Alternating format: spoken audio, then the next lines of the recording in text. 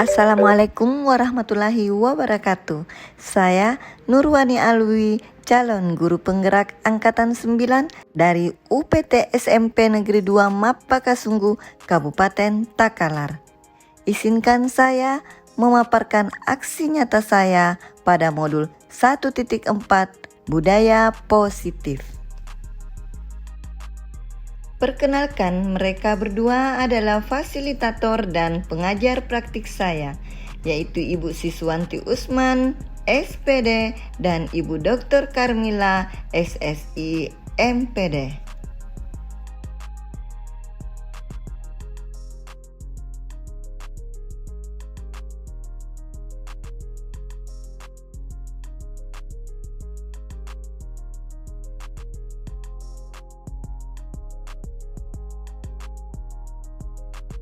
Assalamualaikum warahmatullahi wabarakatuh. Hadirin yang saya hormati, puji syukur kita panjatkan kehadiran Allah Subhanahu wa Ta'ala karena atas izinnya sehingga pada hari ini kita dapat berkumpul di tempat ini untuk mengikuti kegiatan diseminasi budaya positif di UPT SMP Negeri 2 Mapakasunggu. Adapun susunan acara pada hari ini adalah yang pertama, pembukaan yang sedang berlangsung. Marilah kita bersama-sama membuka kegiatan ini dengan mengucapkan basmalah. Bismillahirrahmanirrahim. Selanjutnya, berdoa. Marilah sejenak kita bersama-sama tunduk dan memohon doa kepada Allah Subhanahu wa Ta'ala agar kegiatan kita pada hari ini dapat berjalan dengan lancar. Doa dimulai.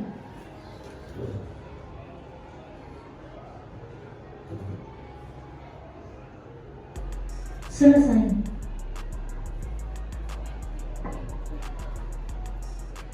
Selanjutnya, menyanyikan lagu Indonesia Raya.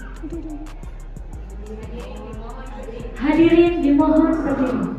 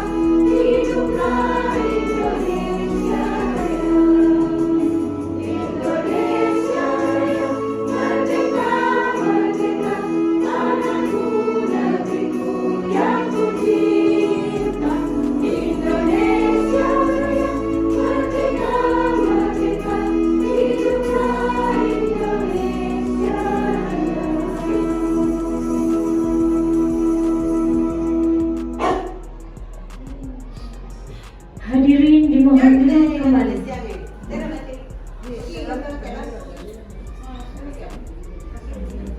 Acara selanjutnya, sambutan dari Kepala UPT SMP Negeri 2 Mapakasunggu, Ibu Dr. Anda Manghayati. Kepada Ibu kami persilahkan dengan hormat. Satu yang dipersyaratkan untuk mencapai gelar guru penggerak. Jadi di tempat ini kita berbagi lagi ilmu dengan calon guru penggerak.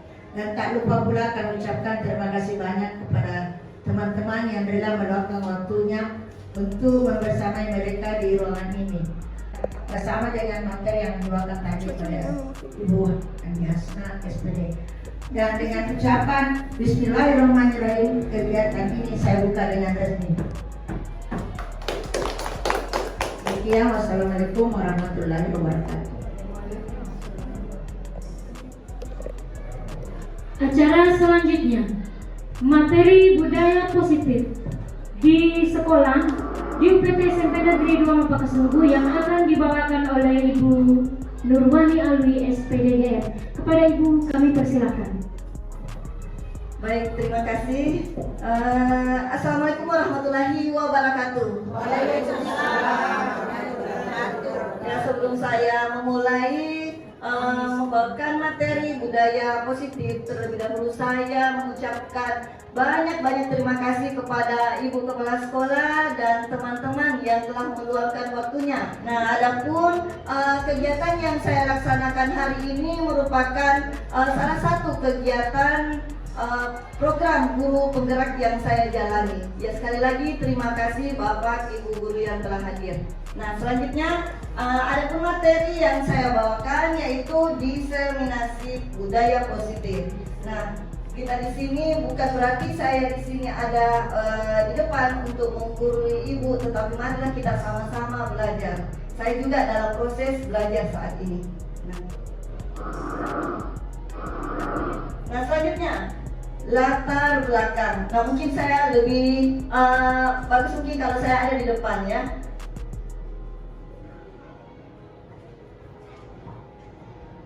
Oke. Nah, sebelum kita melanjutkan ke latar belakang yang akan saya paparkan sebentar, mari Bapak Ibu. Nah, mari Bapak Ibu ya, agar kita lebih bersemangat lagi, bisa kita berdiri dulu Bapak Ibu ya. Oke ya, kita relax dulu. Oke, nah agar kita lebih bersemangat dulu, kita ice breaking. Mungkin Bapak Ibu guru sudah biasa lakukan di kelas, tapi karena di suasana kita di ruang ini ingin ditambahkan semangatnya lagi ya. Jadi tepuk semangat ya. Jadi kalau saya bilang tepuk semangat, beginilah ya. Tepuk semangat,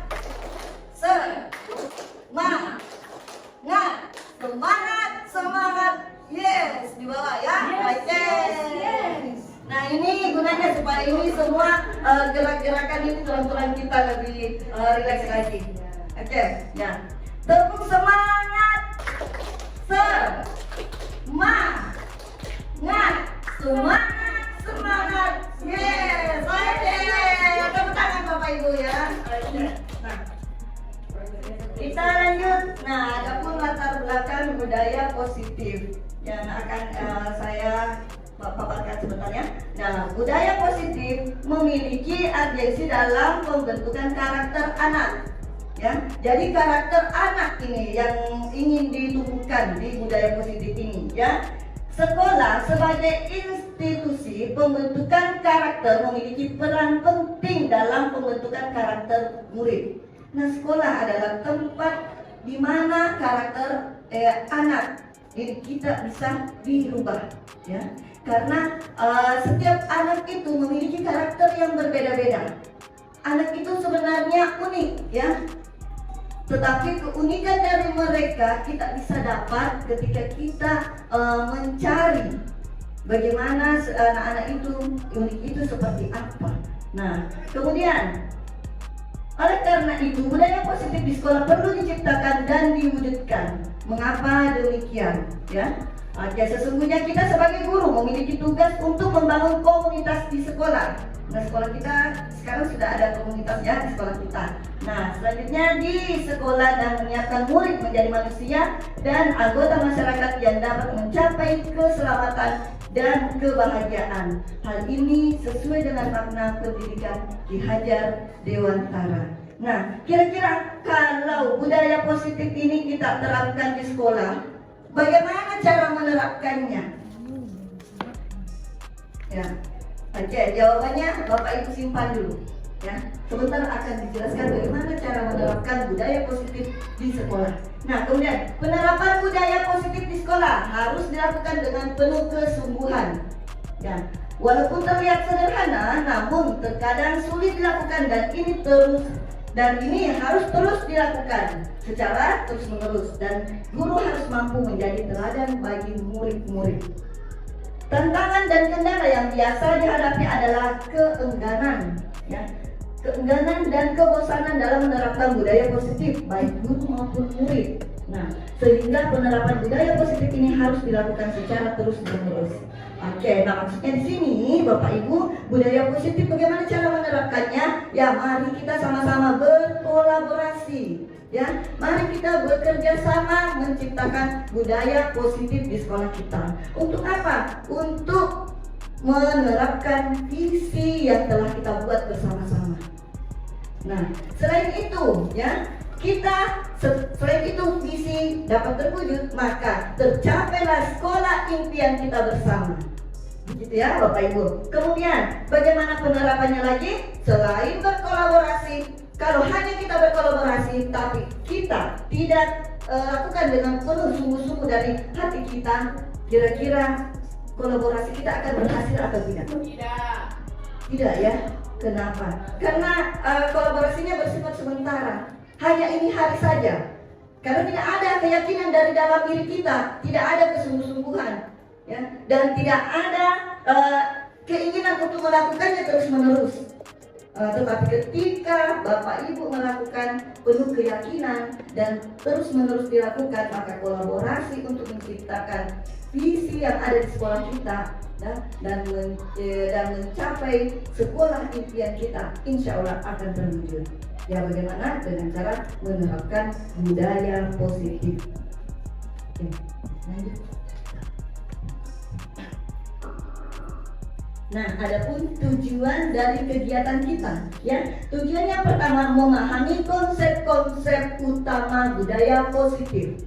Nah, seperti kita tahu ya, budaya positif itu yang seperti apa? Sebentar akan ada penjelasannya ya. Selanjutnya menemukan budaya positif di sekolah dengan menyusun keyakinan dan kesepakatan kelas. Nah, mungkin ini sudah ada Bapak Ibu guru yang sudah melakukan. Nah, selanjutnya membangun motivasi internal peserta didik dalam pembelajaran. Jadi motivasi internalnya yang mau dibangun, bukan lagi motivasi eksternalnya. Nah, selanjutnya melanjutkan kegiatan pembiasaan. Melanjutkan kegiatan pembiasaan peserta didik untuk mengaplikasikan 6 dimensi profil pelajar Pancasila dalam diri peserta didik. Nah, mungkin di sekolah kita ini sudah ada 6 dimensi profil pelajar Pancasila yang anak didik kita sebenarnya sudah tanamkan.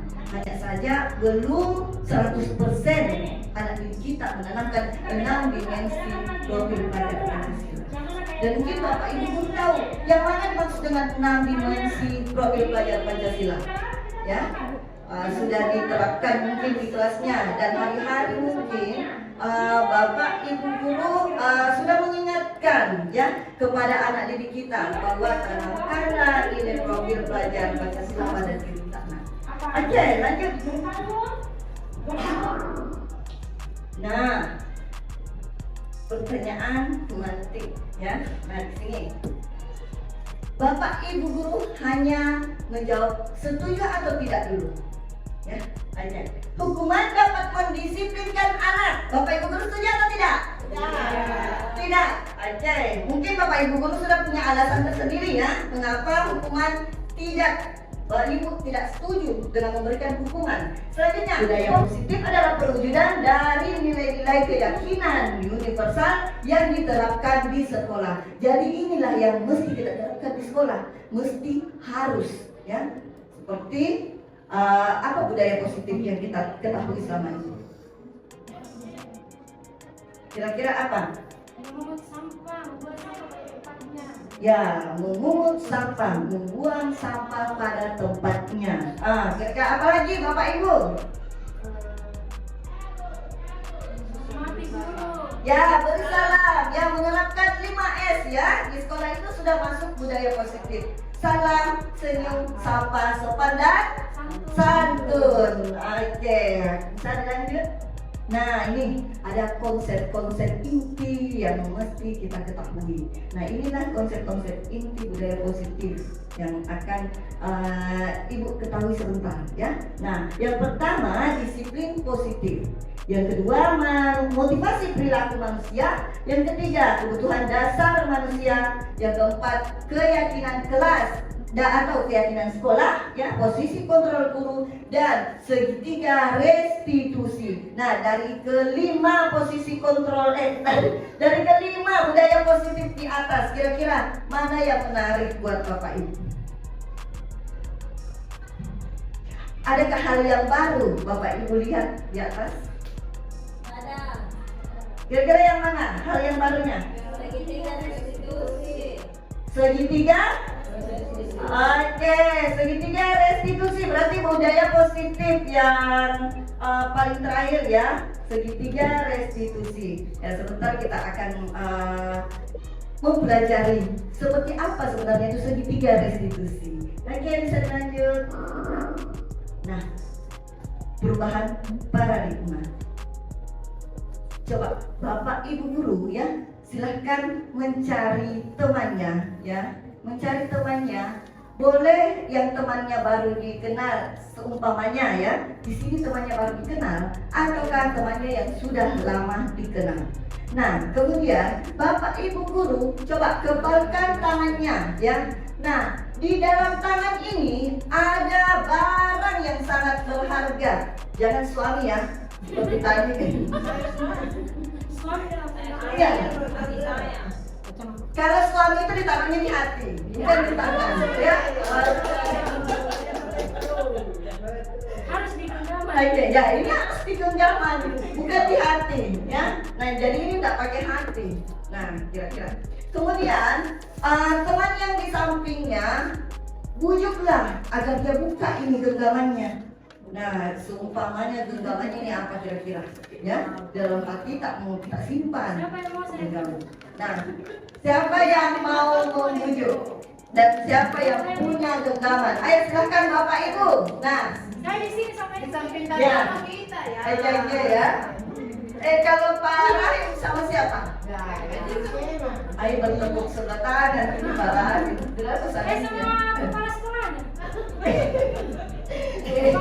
Wakasit dan Ibu Kepala Sekolah. Tidak ada saya gitu. Siapa tahu ada rahasianya Ibu Kepala Sekolah baru Wakasit ini mau sekali tahu. Jumlah dana bos. Sebentar lagi dia menjabat.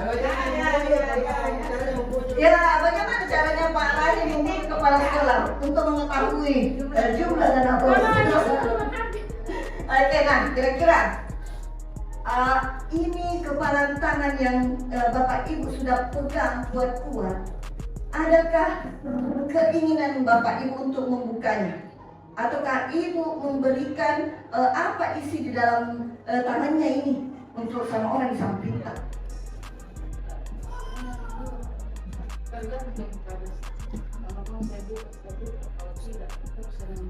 Oke, tergantung pada saya. Kalau saya mau buka saya buka, kalau tidak saya genggam. Ya boleh ya, tidak ada yang salah. Nah, yang lain, ada yang mau membuka begitu saja atau ada yang mau terus-terus menggenggam? Kadang bisa dibuka. Ada ambil orang lain aja kan digenggam. Biar, jadi kalau itu saja kalau ada uang, cek.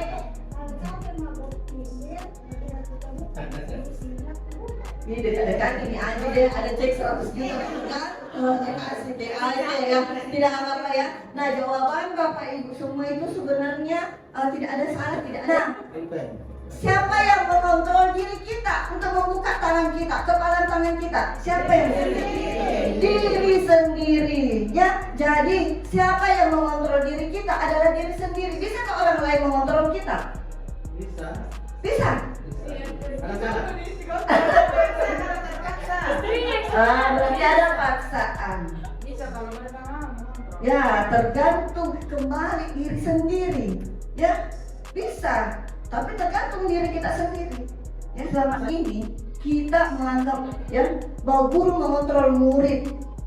Itu hanya ilusi tuh. Seperti tadi yang saya katakan ya, 1000 kali pun kita bilang ke siswa bahwa sepatunya ganti pakai sepatu hitam kalau bukan dirinya sendiri, itu tidak akan bisa. Jadi tidak ada bisa yang mengontrol orang terkecuali dirinya sendiri. Ya. Begitu juga kita sebagai guru datang terlambat, kalau bukan kita yang mengontrol diri tak sendiri, biar 1000 kali dipajang itu semua peraturan datang tepat waktu, kalau bukan diri tak sendiri yang menyadari, tidak akan datang di tepat waktu. Kemudian ilusi bahwa kritik dan membuat orang merasa bersalah dapat menguatkan karakter. Nah, siapa bilang itu hanya ilusi, ya? Nah, selanjutnya ilusi bahwa semua penguatan positif, efektif dan bermanfaat itu ilusi semua. Nah, terakhir, ilusi bahwa orang dewasa memiliki hak untuk memaksa, itu juga termasuk ilusi. Semuanya kembali pada diri sendiri, ya. Oke, bisa lanjut. Nah, siapa sesungguhnya yang memiliki kontrol? Nah, siapa sesungguhnya? Nah, stimulus respon. Nah, selama ini kita mencoba mengubah orang agar pandangan sama dengan kita. Nah, ini juga biasa ini yang ditegur-tegur saya sama Ibu Andreas. Nah, Ibu Ani, tidak semua orang sama dengan kita. Saya kan selalu berpikiran, sama kan kayak gitu. Karena saya begitu kan. Tidak, harus apa biasa dia bilang. Ya. Biasa dia tanya saya, tidak sama, jangan ternyata betul ya yang dikatakan oleh Ibu Andreas. Kita berusaha memahami pandangan orang lain tentang dunia. Jadi mestinya saya harus saya harus memahami bahwa dia hanya seperti itu kemampuannya, sehingga saya harus memahami dia. Oke. Selanjutnya, perilaku buruk dilihat sebagai suatu kesalahan. Nah, ini nih perilaku buruk anak-anak kita. Ya, anak-anak kita, misalnya anak-anak kita yang suka datang terlambat. Nah, kita tidak tahu perilaku kita langsung menjudge dia bilang ini anak-anak kasih kita lambat padahal kita tidak tahu kenapa kasih dia terlambat. Nah, selanjutnya, ini dia. Semua perilaku memiliki tujuan. Mungkin ada tujuannya. Bisa saja kalau malam dia bantu mamanya apalagi kita di daerah pantai ya, di daerah pantai itu saya pernah 2 tahun yang lalu, ternyata itu anak selalu terlambat karena tidurnya malam katanya dia di rumput laut. Oke, nah di situ saya sudah mulai mengerti. Nah, selanjutnya apa lagi nih? Orang lain bisa mengontrol diri saya. Nah, orang lain bisa mengontrol diri saya seperti yang tadi kita lakukan. Orang lain bisa mengontrol diri saya. Nah, padahal di sini Anda tidak bisa mengontrol orang lain. Ya. Siapa yang bisa mengontrol orang lain? Nah, tadi siswa tadi kita tidak bisa kontrol kalau bukan dirinya sendiri yang mengontrol. Kita juga. Biar lagi ibu kepala sekolah, batenator, pote-pote, nama raiki, kalau bukan kita yang sadar untuk mengontrol diri kita, tidak akan juga. Ya. Selanjutnya, pemaksaan ada pada saat bukan gagal. Nah, di sini kolaborasi dan konsensus menciptakan pilihan-pilihan baru. Nah, kembali dari kolaborasi. Nah, kolaborasi itu sangat penting betul untuk kita lakukan, diterapkan di dalam lingkungan sekolah kita. Nah, selanjutnya model berpikir menang kalah. Nah, ini nih ya selalu ini ada menang kalah.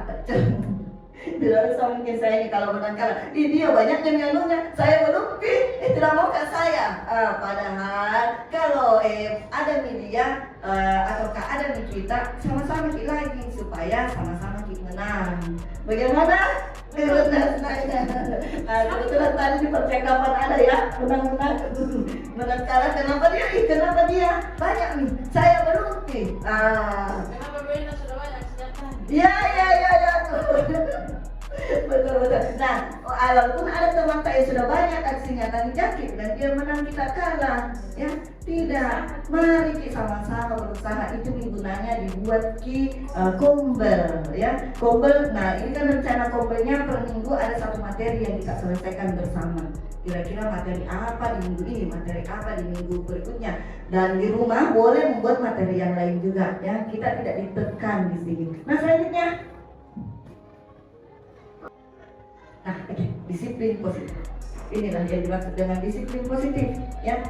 Merupakan salah satu cara penerapan disiplin yang bertujuan untuk menumbuhkan kesadaran ya, serta memberdayakan anak untuk melakukan sesuatu tanpa imbalan, ancaman maupun hukuman. Nah, jadi kita diharapkan untuk menerapkan disiplin di sekolah kita, disiplin positif di sekolah kita. Tetapi jangan sampai anak kita akan merasakan ada ancaman ketika dia tidak melakukannya. Kerja deh, nanti di anu ki, dihukum anu ki, di ini ki, ya itu. Nah, bagusnya mungkin kalau kita terapkan budaya disiplin di sekolah kita, anak-anak lakukan dari hatinya, ya, tanpa merasakan ada ancaman yang akan dia dapat, ya, tanpa merasakan ada imbalan atau janji. Ya, ambil dulu ini, sebentar aku kasih kok ini, kerja ini, ataukah hukuman, kalau tidak mau ambil ini, sebentar cuci di WC. Semoga hal-hal itu tidak kita terapkan lagi di sekolah. Yang kita terapkan adalah budaya disiplin positif yang tidak ada ancamannya, yang tidak ada hukuman, ya, dan tanpa imbalan. Karena efeknya ini ada jangka panjang dan ada jangka pendek, ya. Ya, kalau hukuman biasa jangka panjang, ya. Kalau imbalan biasa jangka pendek. Kalau tidak dikasih, tidak mau kita ingat aja. Kan dikasih. Ya, mungkin saya juga pernah melakukan itu dan masih ada sekarang itu hadiah-hadiahnya.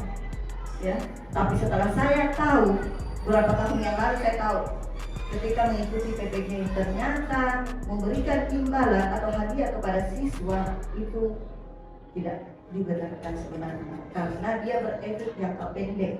Ya. Materi mana kalau itu bentuk lomba yang memang Apresiasi. tapi kan ada pialanya, ada Kan tidak terus menerus dan tidak dilakukan di sekolah. Ini kan budaya disiplin yang harus kita lakukan di sekolah. Ya. Oke. Oke, nilai-nilai kebajikan universal. Nah, apa saja nilai-nilai kebajikan universal? Ya. Nilai kebajikan adalah sifat-sifat positif manusia yang merupakan tujuan mulia. Ya, tujuan mulia yang ingin dicapai setiap individu. Nah, Bapak Ibu, ini juga ya, tujuan mulianya juga ingin mencapai nilai-nilai ya. Ada nilai-nilai kebajikan. Nah, di sini apa saja? Nah, setiap perilaku perbuatan memiliki ya. Setiap perilaku atau perbuatan memiliki suatu tujuan. Nah, apa yang Bapak Ibu lakukan itu ada tujuannya. Ketika Bapak Ibu mengajar, tujuannya untuk apa? Mencerdaskan siswa. Ada lagi? Ada lagi? Selain mencerdaskan siswa, menjadikan siswa menjadi karakter, ya, yang membuat siswa berkarakter dan cerdas.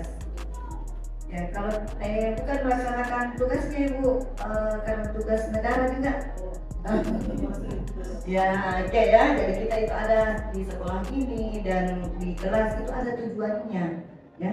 Anak-anak juga datang ke sekolah ada tujuannya. Nah, kalau tujuannya anak-anak lain ya mungkin itulah kita adalah kasus yang harus kita selesaikan bersama.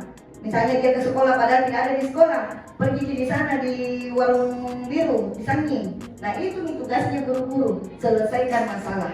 Nah, ada nilai-nilai kebajikan yang ingin dicapai oleh setiap anak.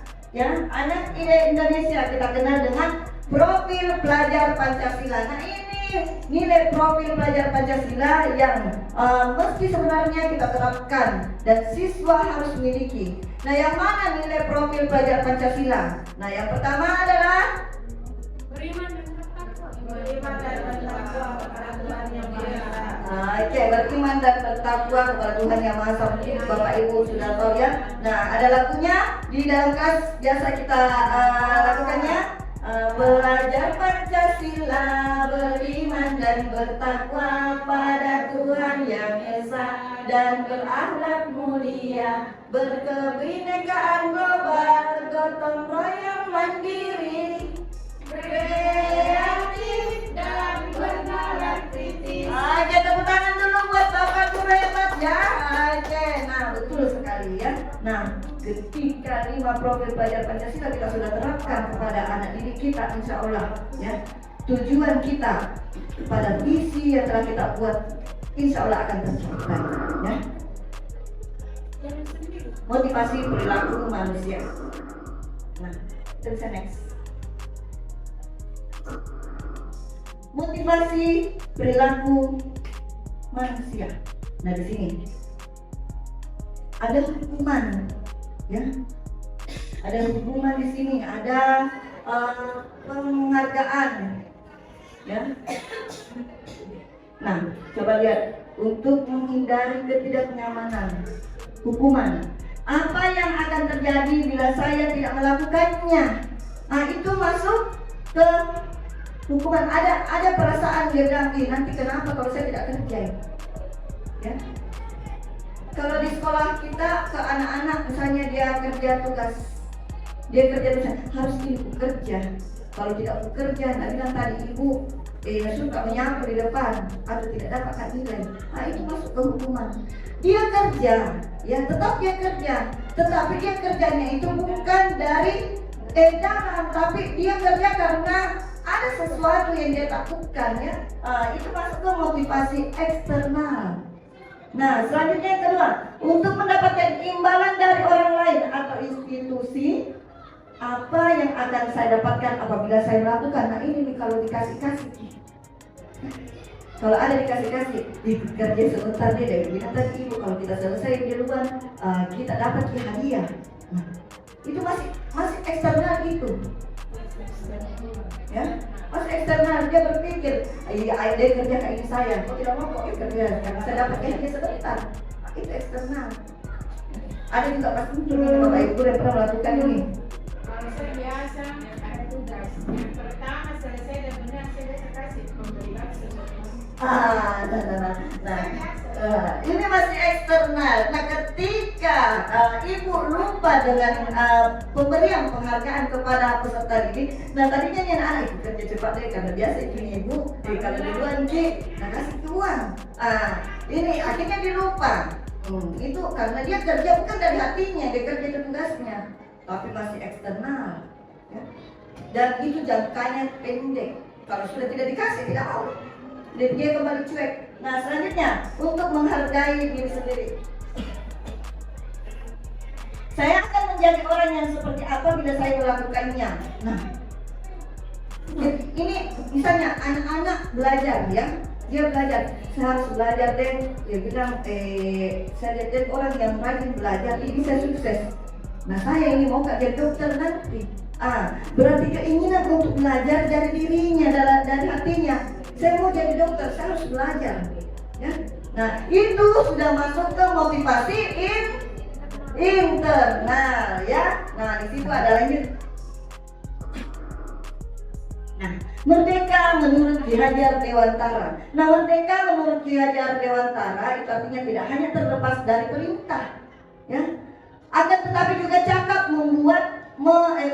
buat memerintah diri sendiri. Nah, seperti tadi siswa kita merintahkan diri sendiri, seperti kita juga diri kita ini, ya, cakap merintahkan diri kita sendiri. Ketika kita melakukan sesuatu yang bukan dari hati kita, yang dari diri kita, itu sifatnya pendek itu, ya, sebentar sih, tidak panjang. Sama juga penerapan budaya positif di sekolah kita, ya. Walaupun kita lakukan secara berkolaborasi, tapi kalau tidak dilakukan terus-menerus dari hati kita, itu tidak panjang juga. Budaya positif di sekolah kita itu akan terhenti. Walaupun kita bilang berkolaborasi selalu. Tapi kalau ini minggu jadi kerja, minggu depan tidak nih, karena tidak ada dari hati kita, ya. Tapi tidak gini, karena di sekolah tak semua muncul yang kita lakukan itu dari hati kita, ya. Misalnya setiap Jumat ya bekerja bakti di depan, Bapak Ibu tidak disuruh lagi karena memang dari hatinya. Ayo kita kerja supaya sekolah ini menjadi indah bersih. Itu dari hati kita. Ayo cepat kita datang ke sekolah, baru masuk ke kelas. Itu dari hati kita, ya. Oke, lanjut. Nah, dihukum oleh penghargaan. Penghargaan itu bisa dikatakan menghukum juga seperti tadi, ya. Nah, di sini pengaruhnya jangka pendek dan jangka panjang. Ya, diberikan penghargaan jangka pendek. Kalau tidak dikasih, sudah selesai, ya. Tidak berlangsung nih. Bisa juga jangka panjang kalau kita kasih terus-terus. Nah, kemudian penghargaan menghukum, penghargaan mengurangi ketepatan, penghargaan tidak efektif, ya, tidak efektif untuk dilakukan. Penghargaan dapat merusak hubungan. Nah, dapat merusak hubungannya seperti apa? Ya, karena biasanya kita dekat sama siswa itu saja yang diberikan penghargaan. Misalnya saya dekat sama Haji Uji, kita kerja ini sebentar, baru aku kasih ini nah, ada hadiahnya ini. Nah, padahal ada yang lebih bisa dari Haji Uji. Misalnya Haji Sungguh Sabaria yang lebih bisa. Nanti Bu Haji Sungguh Sabaria, jangan mau bekerja kayak itu pasti nggak kasih. Kecuali yang dekat sama dia. Itu efeknya. Ya, begitu juga untuk siswa. Jangan dikerjain karena pasti itu jika dia selalu dibawa sama ibu. Nah, itu yang muncul, ya. Kalau kita melakukan hukum penghargaan. Nah, selanjutnya dihukum oleh penghargaan. Nah, penghargaan menurunkan kualitas. Penghargaan mematikan kreativitas. Anak-anak tidak kreatif lagi. Dia tidak mengeluarkan ide-idenya untuk melakukan sesuatu, ya. Karena dia berpikir nih, aja karena dia suka aja. Nah, selanjutnya penghargaan mengurangi motivasi intrinsik. Bukan dari hatinya dia bekerja, ya. Dia bekerja karena ada sesuatu yang dia harapkan. Ya betul, ada yang dia tunggu. Aja, lanjut. Nah, tindakan guru, ya. Tindakan guru. Nah, ibu bisa jawab ini termasuk hukuman atau konsekuensi, ya. Nah, yang pertama mencatat 100 kali di dalam buku kalimat saya tidak akan terlambat lagi. Nah, karena terlambat ke sekolah. Hukuman atau konsekuensi? Hukuman, ya. Selanjutnya lari mengelilingi lapangan basket 2 kali karena terlambat hadir di sekolah. Hukuman. Ya, selanjutnya murid diminta untuk push up 15 kali karena tidak menggunakan masker ke sekolah pada saat COVID ini. Hukuman, ya. Kalau sekarang tidak terlalu diperkenankan pakai masker, ya, kan COVID. Ya, kesadaran mami. Nah, selanjutnya menggantikan kertas tugas teman yang telah dicoret-coret. Konsekuensi. Nah, membersihkan tumpahan air di meja tulis karena tersenggol pada saat belajar. Konsekuensi. Oke, selanjutnya murid disuruh untuk mengenakan sepatu seharian di sekolah karena tidak mengenakan sepatu hitam. Tidak mengenakan sepatu seharian karena tidak mengenakan sepatu hitam. Hukuman atau konsekuensi? Hukuman. Nah, selanjutnya yang terakhir, lari mengelilingi lapangan basket 2 kali karena terlambat 10 menit untuk pelajaran PJOK.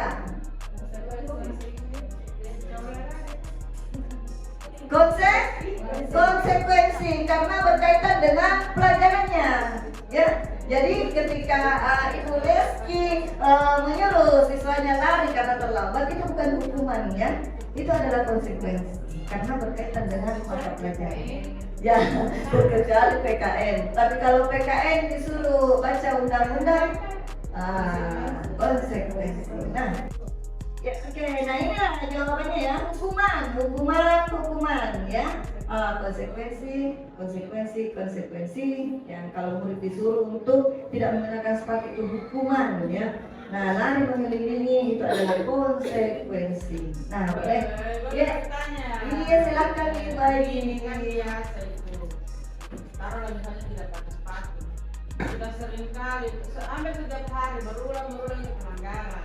Lalu dia buat perjanjian, Bu, kalau tidak pakai lagi sepatu besok, dihukum Kak, tidak pakai sepatu seharian.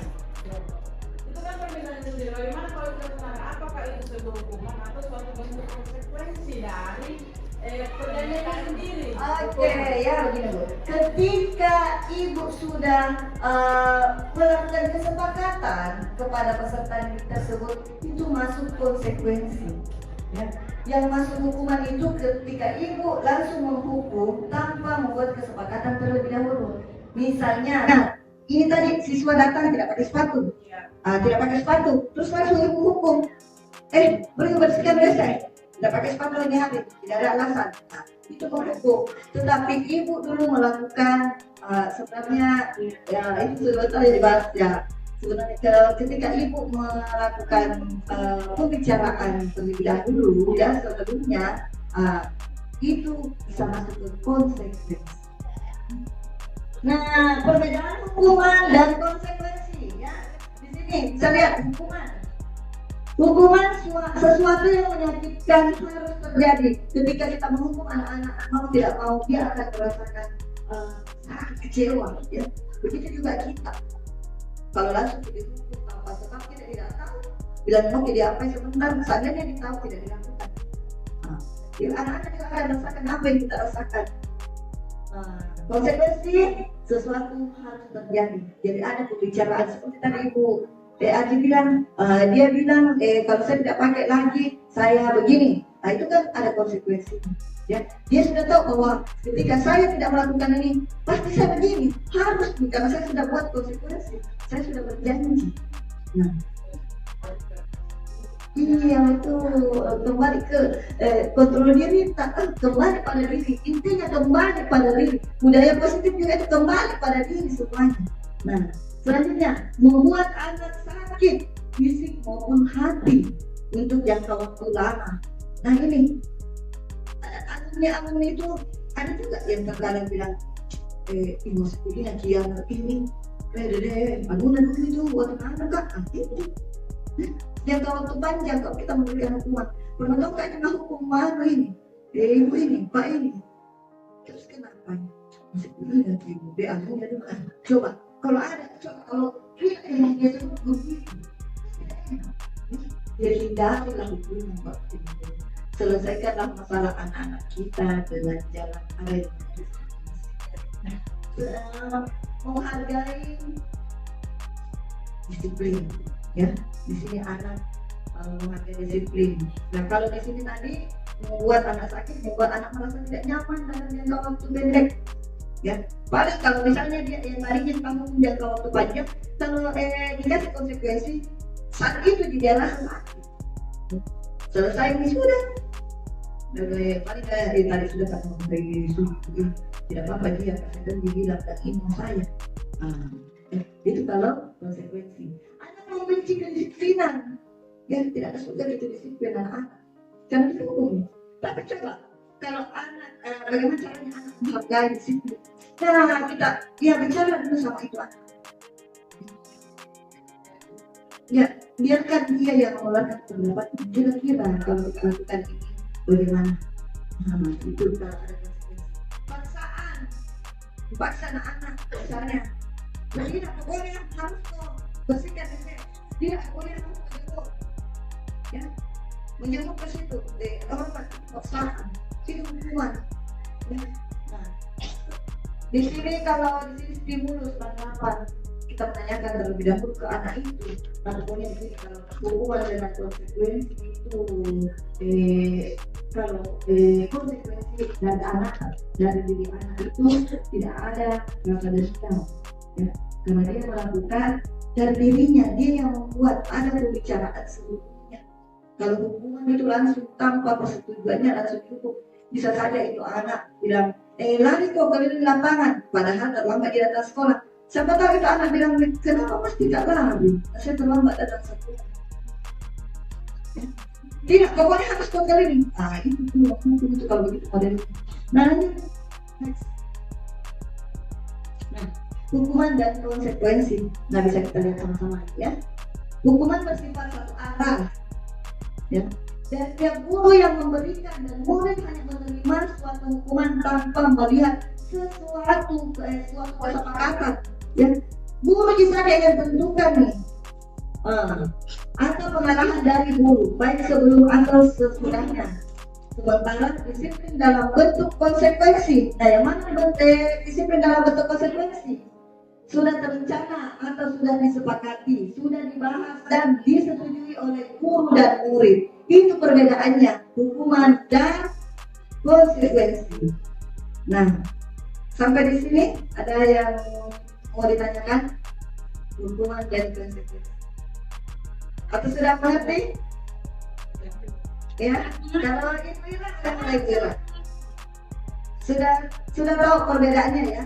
Ada yang bisa menyebutkan ulang perbedaan hukuman dan konsekuensi?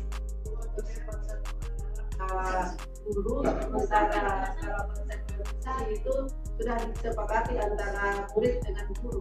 Oke ya, bagus sekali jawabannya Ibu Kapsari. Ya, pertanyaan lain mau buat Ibu Kapsari. Ya ini teman-teman mungkin ini karena sudah berkali-kali. Sudah berkali-kali ya, oke ya. Nah, kalau hukuman tanpa disepakati ya dengan peserta didik. Nah, kalau konsekuensi disepakati terlebih dahulu dengan peserta didik. Jadi peserta didik menerima apa yang sudah dia lakukan. Ketika dia melanggar, dia menerima konsekuensinya. Tetapi kalau hukuman, dia akan bertanya dan bina dalam hatinya kenapa? Ya, ada rasa sakit hati yang akan timbul ya. Oke. Restitusi. Nah, inilah penyelesaiannya dengan menggunakan restitusi ya. Restitusi adalah proses menciptakan kondisi bagi muridnya banyak murid untuk memperbaiki kesalahan mereka. Nah, kita lakukan restitusi Bapak Ibu guru ya. Jangan cuma hukum, tapi coba restitusi anak. Ada cara yang terbaik sebenarnya, yaitu dengan merestitusi supaya itu muridnya bisa diperbaiki apa kesalahannya dengan cara yang paling bijaksana untuk diterapkan ke siswa, tidak melukai perasaan siswa juga. Kita sama-sama enak, tidak ada cerita di belakang. Lanjut. Nah, perbedaan antara ketiganya, hukuman, konsekuensi dan restitusi. Nah, selama ini Bapak Ibu yang mana biasa diterapkan? Jujur.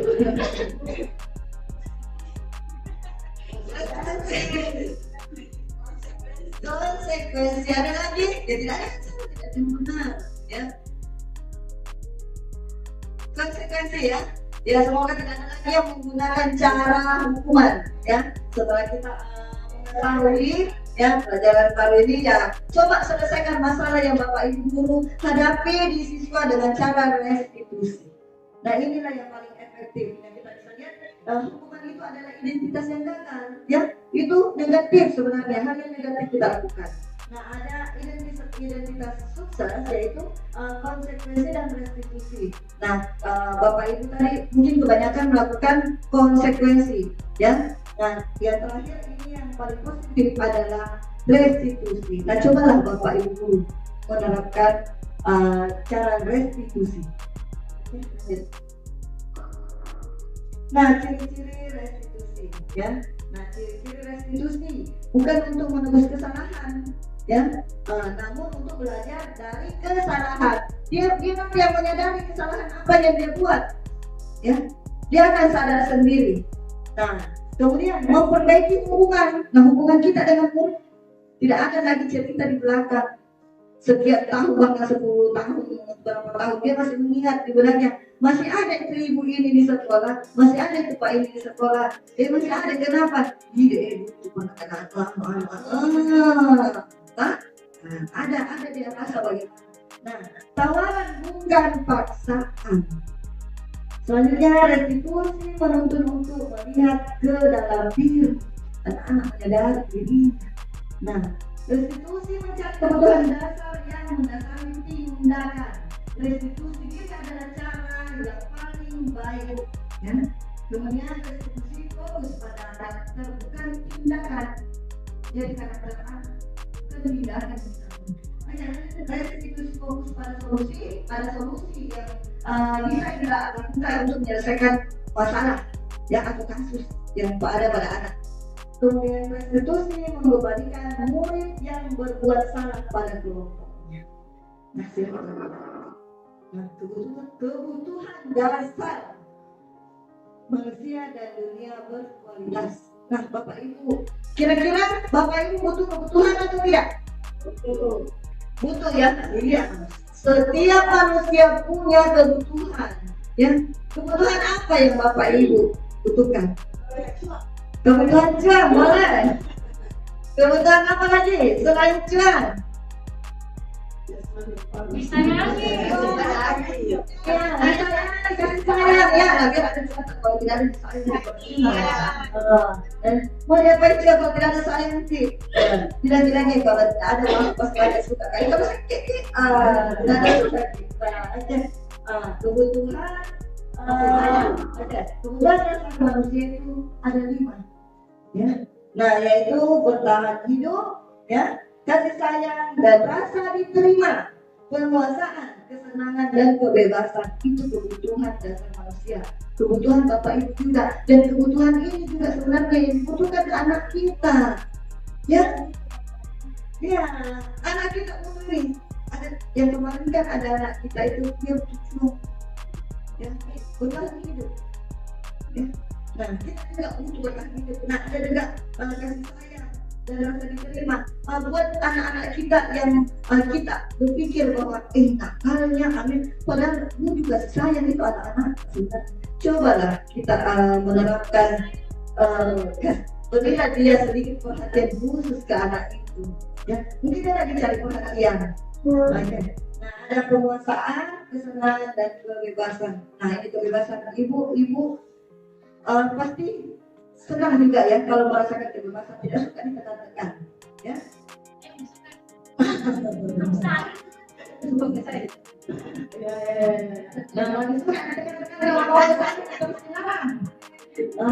Tidak kan, kalian juga butuh kebebasan. Begitu juga anak-anak.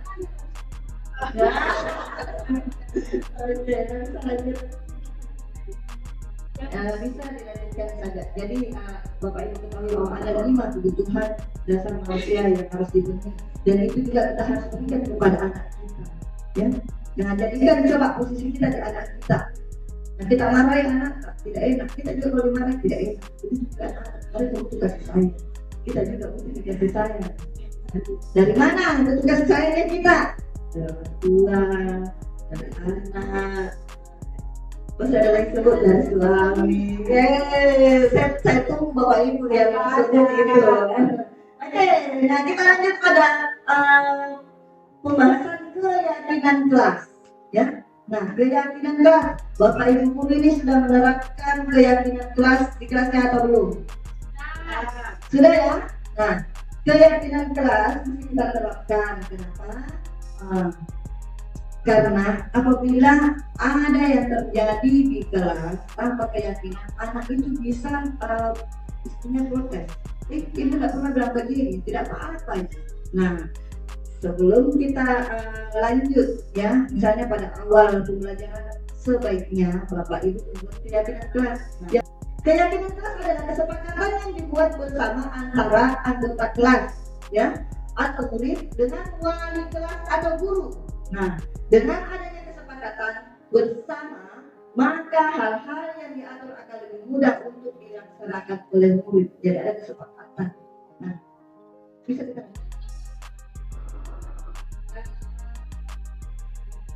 Nah, di sini ada yang mana merupakan keyakinan kelas. Nah, ada yang di layar yang ada warna hijau dan ada warna putih. Ya, kesepakatan dan keyakinan. Nah, bisa dilihat ya. Yang mana kesepakatan dan yang mana keyakinan Bapak Ibu? Ya. Yang putih, Bu. Yang putih ya. Kenapa? Yang putih di dalam membuat keyakinan kelas ada nilai kebajikan. Ya. Ada nilai kebajikan yang diterapkan di dalamnya. Nah, seperti kami guru dan murid yang saling menyayangi. Nilai kebajikannya itu saling menyayangi. Ya. Kami murid yang semangat belajar, nilai keyakinan itu semangat. Nah, kita lihat ya. Dan kami murid yang peduli dengan teman-teman, nilai keyakinannya adalah peduli. Nah, kalau di dalam kelas, kesepakatan kelas bisa saja kita berkaitan dengan pelajaran kita. Nah, kalau kesepakatan kelas, ada apa? tepat waktu dalam mengucapkan salam, berarti dia ada juga nilai kebajikan yang sip ya. Disiplin. Oke. Mengapa tidak peraturan saja?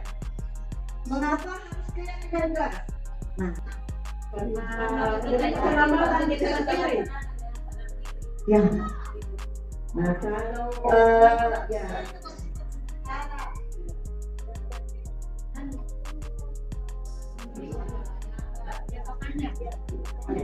Ya, betul ya. Jadi peraturan dia bersifatnya sementara. Sementara kalau keyakinan itu bersifat jangka panjang.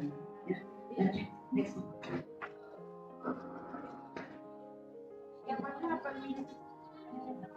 Nah, untuk menciptakan budaya positif di sekolah kita, ya, nah kita harus menerapkan lingkungan yang positif.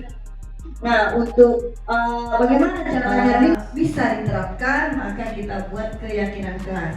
Nah, untuk membuat peraturan kelas terlebih dahulu, kita membuat keyakinan kelas dulu, ya. Keyakinan kelas yang kita buat bersama dengan siswa. Nah, ini ada contoh, ya. Saya pernah menerapkan keyakinan kelas di kelas, ya.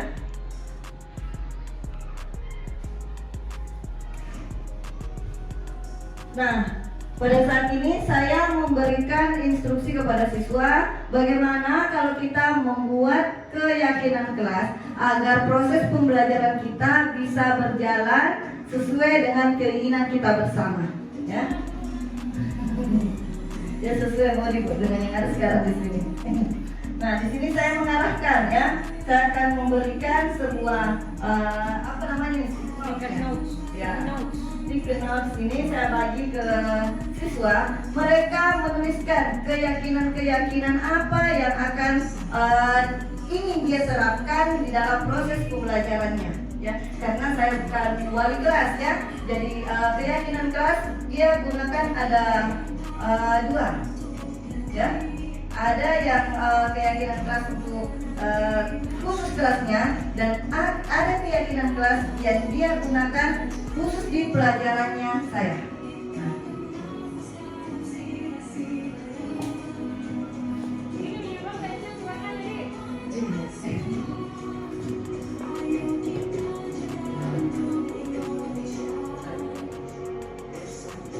Saya percepat saja, Bu, ya.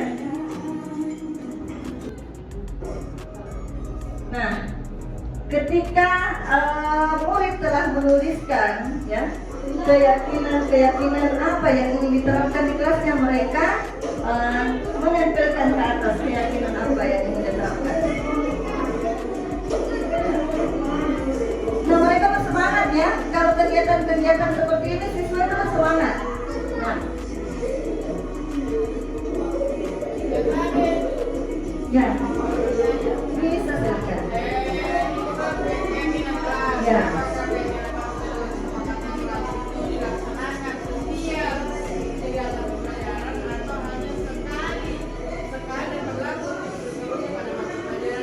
Ya, terima kasih Ibu Aji Bajik, ya. Kalau di saya, keyakinan kelas itu dilaksanakan setiap mata pelajaran saya, dan bisa saja dia merubah kembali, menambahkan, ya. Ketika dia merasakan sepertinya keyakinan kelas saya masih perlu ditambahkan karena masih ada teman yang seperti ini, ya, bisa ditambahkan, ya. Jadi nanti setelah mereka menulis keyakinan kelas, nah dia pilih lagi keyakinan di antara semua masukan-masukan dari temannya. Nah, mereka bersama-sama menyepakati keyakinan kelas mana yang ingin diterapkan, ya. Nah, saya ini ada satu temannya minta tolong untuk naik di atas membacakan keyakinan kelas mana yang akan diterapkan. Ya, mana yang terbanyak karena data di situ. Ya.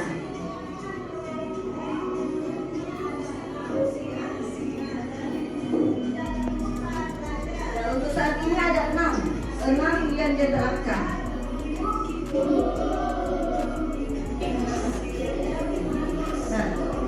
Oke.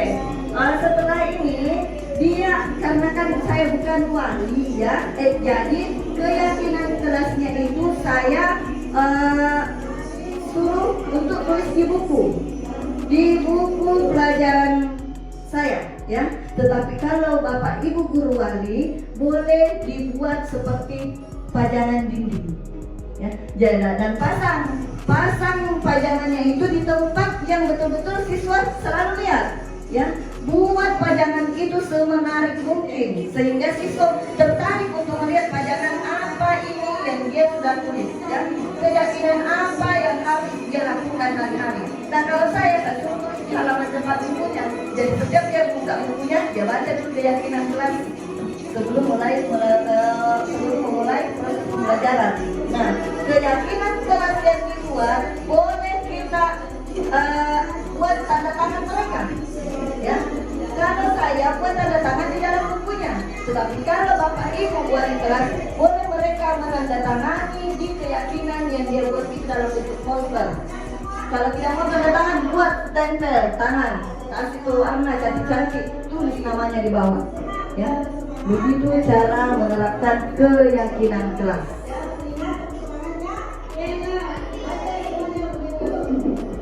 Nah ini setiap di dalam kelas untuk membangkitkan semangat murid ya, saya selalu melakukan ice breaking ya. Tadi kita lakukan.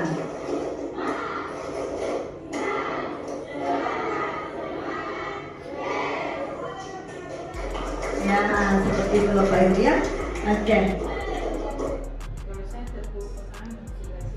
Ya, kan masing-masing kita punya ya, punya ciri khas masing-masing Bapak Ibu. Nah, selanjutnya ya. Nah, peraturan dan keyakinan kelas. Jadi kita buat ini keyakinannya. Selalu kembalikan buku ke tempatnya. Keyakinan kelasnya. Tanggung jawab. Ya, betul ya. Dilarang mengganggu orang lain. Kasih sayang. Kasih sayang. Wah, hebat ini. Ya sudah hebat Bapak kita ya. Hadir sekarang 15 menit sebelum pembelajarannya mulai. Disiplin. Nah, selanjutnya dilarang melakukan kekerasan. Kasih sayang. Nah, dilarang menggunakan narkoba. Kesehatan. Nah, ada yang jawab hukum. Nah, bergantian atau menunggu giliran. Iya, disiplin. Ya, Ibu Kepala Sekolah jawabnya antri ya. Iya, betul. Gunakan masker. Nah, itu beliau.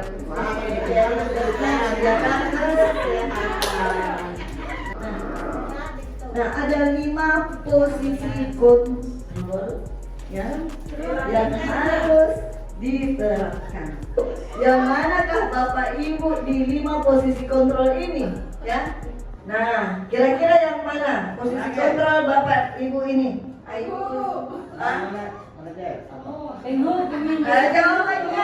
Jawabannya Bapak Ibu simpan sendiri. Ya, baik-baik. Ini kan ini tulis jawabannya di sini. Kalau mau ayo mau turun itu kalau bilang tambah-tambah. Nanti mau konten ke kiri. Saya mau kiri deh. Mau kiri nanti. Nampak sudah kira bodina. Terancam. Aja ya. Dan silakan Bapak Ibu menuliskan posisi kontrol yang mana yang Bapak Ibu sering terapkan. Jangan tulis namanya. Tidak usah tulis namanya. Hampir semua. Hampir semuanya. Wah, hebat ini Bapak Ibu guru ini. Menerapkan semuanya. Kalau saya Bu, kalau di era kurikulum 2013 sampai sama saya, Iya, betul. saya gunakan itu. Ya. Dengan buku membuat para sasaran, belajar dan memantau. Tapi setelah mengenal kurikulum merdeka berakhir akhir, berubah. Sempat ya. Oke, tidak apa-apa ya Bapak Ibu guru ya. Nanti kita bisa lihat di sini. Yang manakah 5 posisi kontrol yang paling tepat untuk kita gunakan. Nah, datang kembali. Nah, coba kita lihat.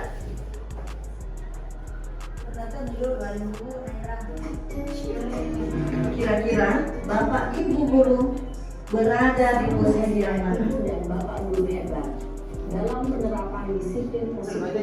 Saya bisa duduk ya? Permisi duduk. Posisi lima posisi kontrol dan persekusi adalah proses perjalanan seorang pendidik agar dapat berjaya.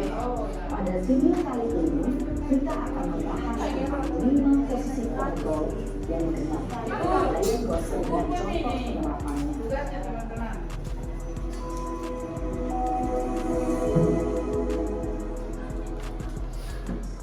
Lima posisi kontrol itu adalah 1. Posisi penghukum, 2. Posisi pembuat bahasa bersalah, 3. Posisi pemantau, 4. Posisi pemantau atau monitor, dan 5. Posisi manajer. Untuk lebih memahami kelima posisi tersebut, mari kita saksikan kasus Naren yang terlambat hadir 20 menit di sekolah dan melihat bagaimana kelima posisi kontrol dalam menghadapi masalah tersebut. Nah, mari kita lihat Bapak Ibu guru, posisi kontrol di mana Bapak Ibu guru selama ini? Karena saya dari kemarin Apa ada terus ya benar ini? Naren, sini kamu. Selamat pagi Bu. Selalu terlambat. Kamu deh pasti terlambat. Diterapkan di saya. Tahu saya ada apa? Apa coba? Alasan kamu apa lagi? Kapan sih kamu tidak terlambat? Malas sekali ya kamu jadi anak. Saya Dasar pemalas. Gak kapok-kapok sih kamu. Sudah berapa kali terlambat? Sana, kamu keliling lapangan basket 2 kali. kenapa saya harus keliling lapangan basket Bu? Nah, Kenapa? saya katakan tadi ya, Oke, ada bertanya. Kenapa? Berani-beraninya jawab. Sudah terlambat, masih berani jawab pula. Betul. Sekarang, keliling lapangan basket 5 kali sekalian. Biar kapok. Cepat, pergi sana ke lapangan basket. Posisi penghukum biasanya berbicara dengan nada tinggi, menghardit, menunjuk-nunjuk, menyakiti, dan menyindir. Hukuman bisa berupa fisik maupun psikis. Ibu dan bapak guru hebat, dampak yang terjadi pada murid ketika guru berada pada posisi penghukum adalah murid cenderung akan memberontak, bahkan menyimpan dendam.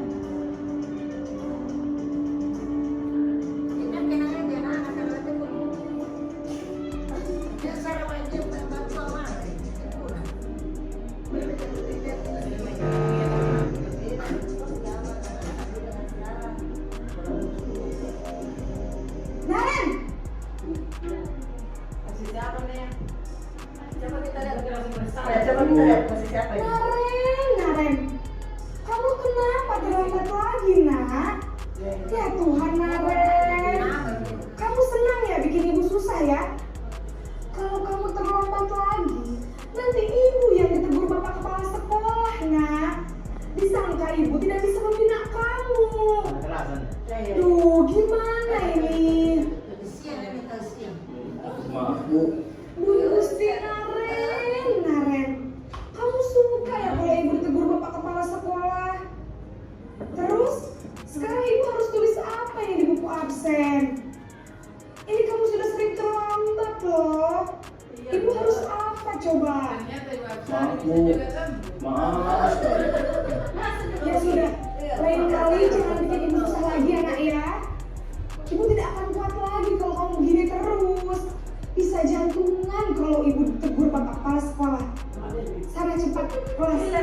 Maaf ya Bu, maaf sekali. Tapi dulu dari dulu ditegur. Posisi pembuat rasa bersalah berbicara dengan nada tenang, cenderung lembut.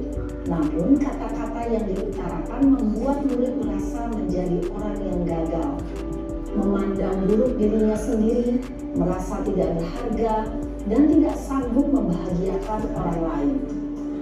Ketika guru mengambil posisi membuat rasa bersalah, murid akan menganggap dirinya yang bersalah dan ia akan menyimpan emosi negatif tersebut di dalam dirinya.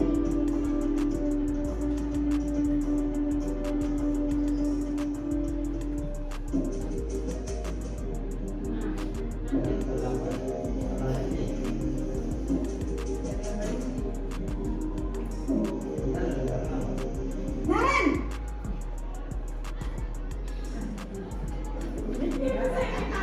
Apa Ibu? Wah, sudah jam berapa ini nak? Terlambat lagi ya sayang. Iya Bu, habis ibu saya lupa bangunkan saya Bu. Kamu malah menyalahkan ibu kamu. Kamu bukannya anak yang larinya paling kencang. Kok terlambat sih? Iya Bu, saya memang terlambat bangun tadi. Jadi biarpun saya lari kencang, tetap gak kekejar Bu. Ya sudah sana. Nanti lain kali larinya lebih kencang lagi ya. Biar gak terlambat lagi. Bikin seneng ibu. Demi ibu. Bisa kan? Bisa lah Bu. Ya sudah sana masuk kelas. Ibu beresin urusan absen kamu. Kamu ini ada-ada saja. Dalam posisi tenang, guru berbicara dengan nada suara ramah, akrab, cenderung bersenda gurau untuk menjaga suasana tetap santai. Murid akan merasa senang, aman, dan akrab dengan guru. Identitas yang tercipta adalah identitas sukses atau berhasil. Namun, perlu diingat, karena ini masih dorongan eksternal, maka ada faktor ketergantungan dari murid kepada orang tertentu. Di sini guru aksennya, sehingga di lain waktu murid bisa berperilaku baik, namun hanya pada orang-orang tertentu saja.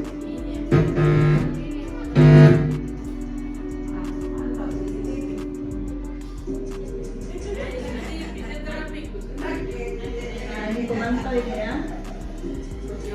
Nah, ada yang merasa jadi pemantau? Ada.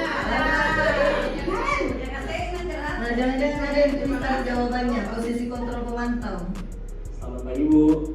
Naren, apa peraturan sekolah kita tentang jam berapa kita harus masuk sekolahnya? Kita harus Ada ketawa-ketawa ini mungkin ya. Jam 7.20. Naren sudah tahu konsekuensinya jika terlambat hari. paham Bu. Saya harus tinggal kelas pas jam istirahat selama 20 menit. Ya benar, konsekuensinya demikian. Jadi nanti jam 9.30 pas istirahat, kamu harus tinggal di kelas, kerjakan tugas tambahan untuk ketertinggalan kamu, ya? Baik Bu. Ingat pakai konsekuensi ya. Berarti dia masih netral dia. Mengontrol murid. Guru mengarahkan murid berdasarkan peraturan dan konsekuensi. Seorang pemantau menunjukkan bahasa tubuh dan ekspresi wajah yang datar dan cenderung formal.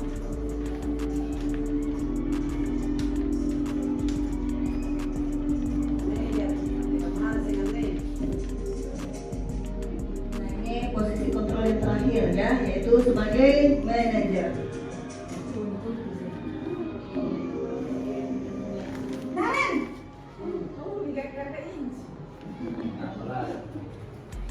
Selamat pagi Bu. Selamat pagi Naren. Maaf Bu, saya terlambat. Iya, sekolah masuknya jam 7, sekarang sudah jam 7.20. Jadi sekarang bagaimana ini Naren? Maaf Bu, saya lupa alarm saya semalam. Baiklah, menurut kamu, keyakinan sekolah yang mana yang perlu kamu tingkatkan? Menghargai diri sendiri dan orang lain mungkin ya Bu. Setuju. Jadi, apakah Naren meyakini prinsip saling menghormati tersebut? Iya Bu, saya meyakininya. Apakah Naren bersedia memperbaiki masalah keterlambatan ini? Bersedia Bu. Bagaimana kamu akan memperbaiki masalah keterlambatan ini? Saya akan coba untuk tidak lupa menyetel alarm saya Bu. Baik, kalau Naren lupa menyetel alarm di rumah, ada orang yang kira-kira bisa bantu mengingatkan tidak? Ada Bu, kakak saya, Kak Emma. Ada lagi selain Kak Emma?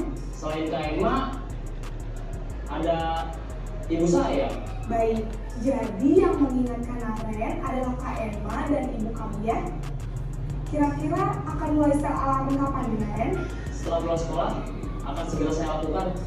Baik, jadi Naren akan setel alarm untuk bangun besok pagi dan akan diingatkan oleh kakak dan ibunda Naren ya. Ada lagi yang mungkin perlu dilakukan Naren agar tidak terlambat bangun lagi? Tidak ada, Bu.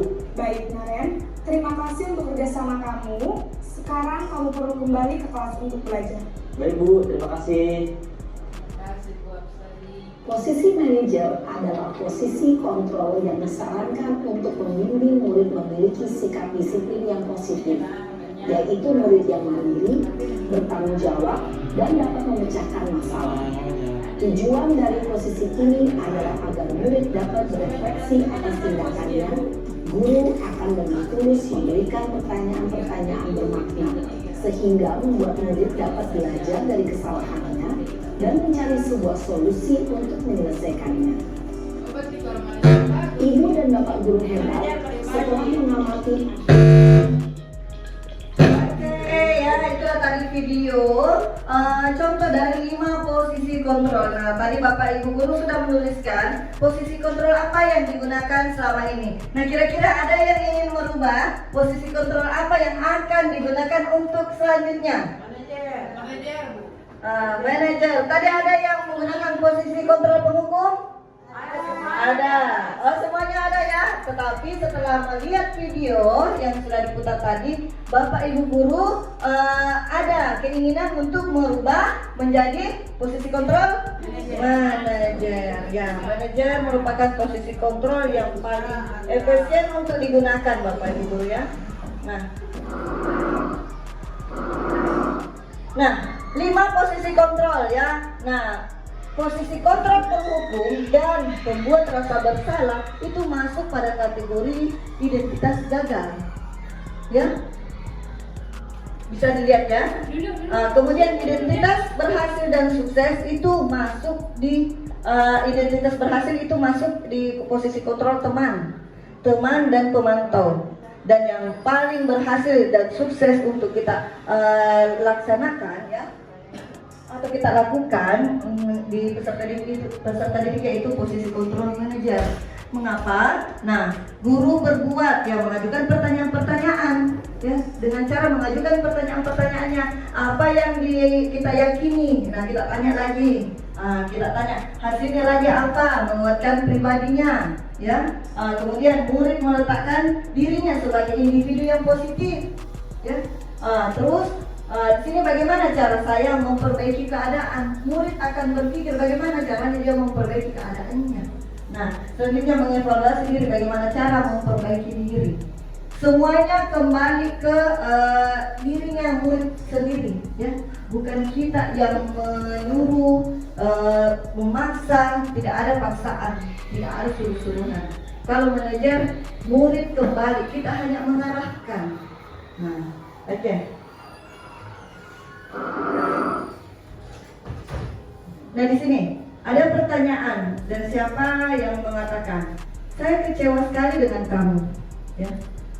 Jadi dia ketika guru mengeluarkan kata seperti itu, maka ya ada rasa bersalah. Itu membuat apa kita membuat murid itu menjadi merasa bersalah ketika kita mengatakan saya kecewa sekali dengan kamu. Ya. Jadi dia kayak merasa bersalah itu murid kalau kita mengeluarkan kata seperti itu. Kamu tidak pernah benar melakukannya. Nah, kita marahi. Kamu tidak pernah benar melakukannya. Pokoknya harus ke ini. Itu posisi kontrol kita menghukum. Nah, ketika kita mengeluarkan kata-kata ayolah, lakukan demi ibu. Itu modelnya kayak teman, ya. Bekerja memang gitu. Ayo, kerja demi ibu. Ya, betul sekali, ya. Kemudian, apakah kamu mau mendapatkan stiker bintang hari ini? Nah, dia itu ada janjikannya, dia pemantau. Nah, selanjutnya, bagaimana kamu bisa menyelesaikan masalah ini? Jadi di sini anak didik kita, murid kita disuruh untuk mencari solusinya dari apa yang telah dia perbuat. Itu posisi control manager. Nah, ketika dia sendiri yang membuat, dia sudah tahu bahwa ketika saya melakukan ini itu hal yang salah. Bagaimana caranya untuk supaya dia tidak lakukan lagi yang salah? Dia lagi berpikir, saya akan lakukan seperti ini. Nah, selanjutnya, kamu selalu yang paling terakhir. Ya. Terus ditanya, kau yang selalu paling terakhir. Jadi harus begini. Dia itu berarti masuk pada posisi kontrol penghukum.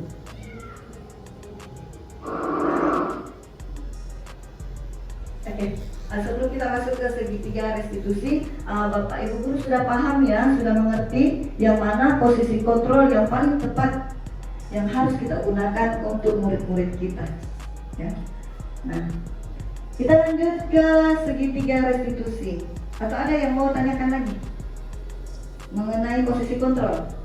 Sudah dipaham semua ya? Dan Bapak Ibu guru sudah ingin menerapkan posisi kontrol yang terbaik, yaitu posisi kontrol manajer. Semoga mulai besok kita sudah bisa menggunakan posisi kontrol manajer untuk murid-murid kita. Ya, tidak ada lagi yang bilang, susahnya Puan, itu ki. Bagaimana ini ya, cobalah kita coba dulu. Semoga berhasil dan bisa menciptakan murid-murid yang kita harapkan selama ini. Oke.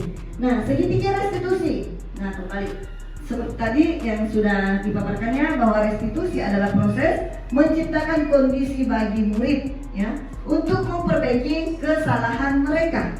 Jadi mereka diperbaiki kesalahannya dengan cara restitusi. Apabila murid tak melakukan kesalahan, jadi diperbaiki. Nah, sehingga mereka bisa kembali pada kelompok mereka dengan karakter yang lebih kuat. Nah, oke. Nah, segitiga restitusi. Bagaimana cara menerapkannya segitiga restitusi? Nah, ada tiga tahap yang harus kita lalui dalam menyelesaikan tahap segitiga restitusi, dalam menyelesaikan masalah kepada terhadap siswa ya. Nah, kemarin ada kasus di sekolah kita. Kebetulan saya bicara sama salah satu guru dan dia cerita bahwa saya sudah melakukan ini, saya tanya ini, saya begini. Tetapi ya kita belum lihat hasilnya karena baru kemarin. Dari cara ngomongnya, ibu itu sudah benar. Dia sudah melakukan segitiga restitusi, tapi ada satu tahap yang dia belum lakukan. Tahap apa yang belum dia lakukan? Tahap yang ketiga, menanyakan keyakinan. Dia belum tanya keyakinannya ya. Dan dia baru tanyakan, dia baru menstabilkan identitas sampai ke validasi kebutuhan ya. Menanyakan keyakinannya belum, jadi belum lengkap. Tapi siapa tahu baru 2 dia pakai, nah sudah berhasil. Kita lihat saja. Kasus itu ada pada anak didik kita bernama Ariel ya. Ya, 93. Ternyata Ariel itu membutuhkan perhatian, kasih sayang. Ya. Dia mengatakan bahwa saya mau masuk ibu asal tidak dimarah-marahin. Nah, ibu bapak ibu guru yang mengajar di kelas 3 ini ya. Nah, tolong jangan coba kita praktekkan dulu, jangan dulu dimarah-marahin. Jadi kalau marah dulu masuk kelas.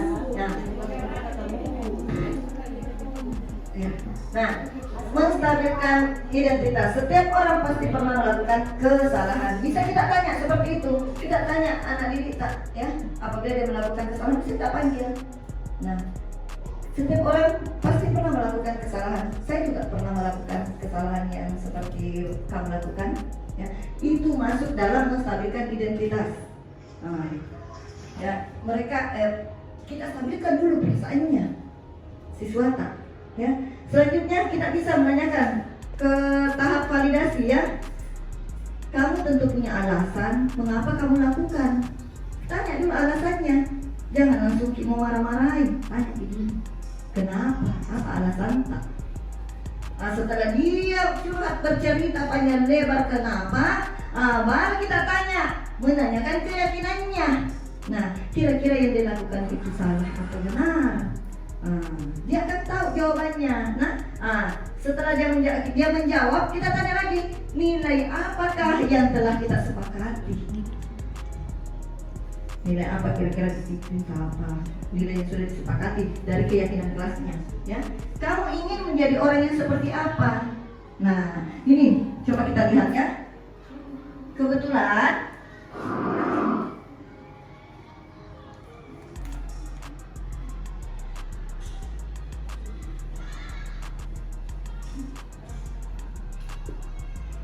di sini ada kasus kedua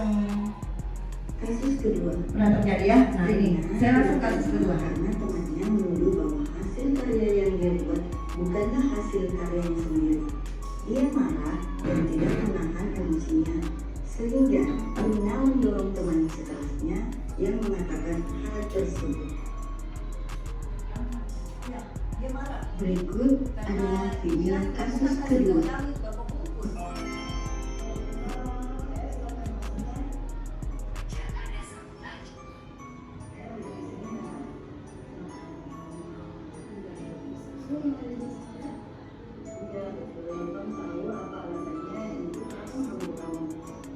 Kita tanya dulu alasannya, ya. Kenapa dia bisa begitu?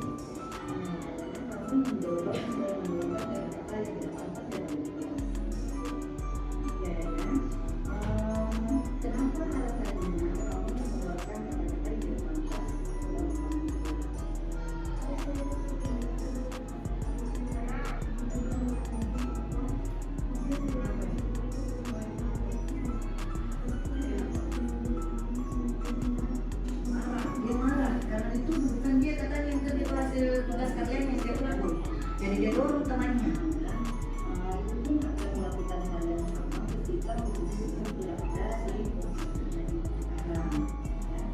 Kita menyampaikan bahwa kita juga akan seperti itu ketika berada di posisinya Ina, ya. Bagaimana Bapak Ibu gurunya ya? Pasti marah kalau ketika kita kumpul tugas sama kita bukan kita yang kerja.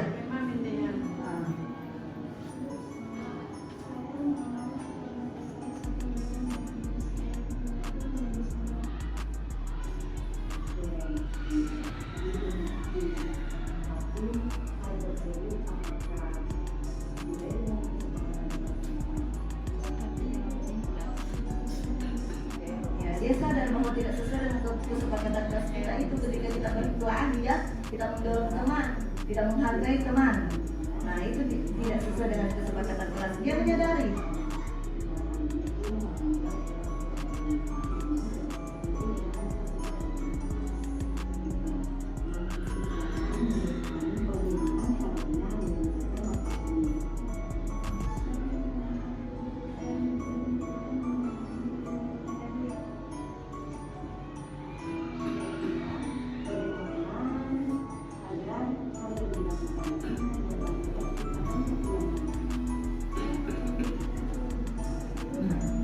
Kira-kira bagaimana caranya supaya tidak terulang lagi yang dilakukan Ina?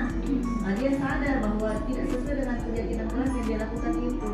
Nah, caranya dia mengatakan bahwa dia akan tahan emosi, dia akan mengontrol dirinya.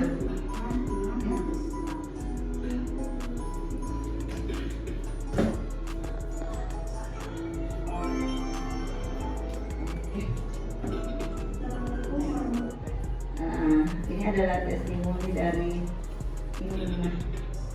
Masih ada lagi sebenarnya video tapi ya takut nanti mati lampu ya berburu. Nah, kita lanjut.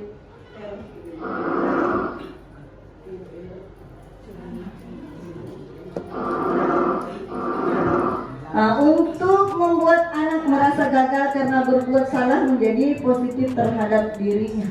Nah, di sini menstabilkan identitas, kata-kata yang bisa kita keluarkan ketika kita bertanya ke murid ya, yang ada kasus. Nah, berbuat salah itu hal yang manusiawi ya. Tidak ada manusia yang sempurna. Nah, bisa kita buat tanya-tanya ya, cerita-cerita ke anak didik seperti itu. Kita bisa pasti menyelesaikan masalah ini. Ayo kita sama-sama selesaikan masalah anak. Jadi anak-anak perasaannya tidak ada rasa kagunya apa nih, kayak ketakutan atau apa ya. Terus di sini ibu tidak tertarik untuk mencari tahu siapa yang benar atau siapa yang salah. Bapak Ibu lebih tertarik, Bapak Ibu ya, siapa yang jadi guru lebih tertarik untuk menyelesaikan masalah. Kalau kamu menyalahkan dirimu sendiri terus-menerus, apakah kamu bersikap baik pada dirimu sendiri? Tidak tanya-tanyain dulu. Itu dikatakan menstabilkan identitas. Nah, selanjutnya kita masuk ke validasi ya. Kita validasi dulu kebutuhannya. Nah, kata-kata yang bisa kita berikan pada saat validasi ya. Kamu bisa saja melakukan hal yang lebih buruk ya, tapi kamu tidak melakukannya ya.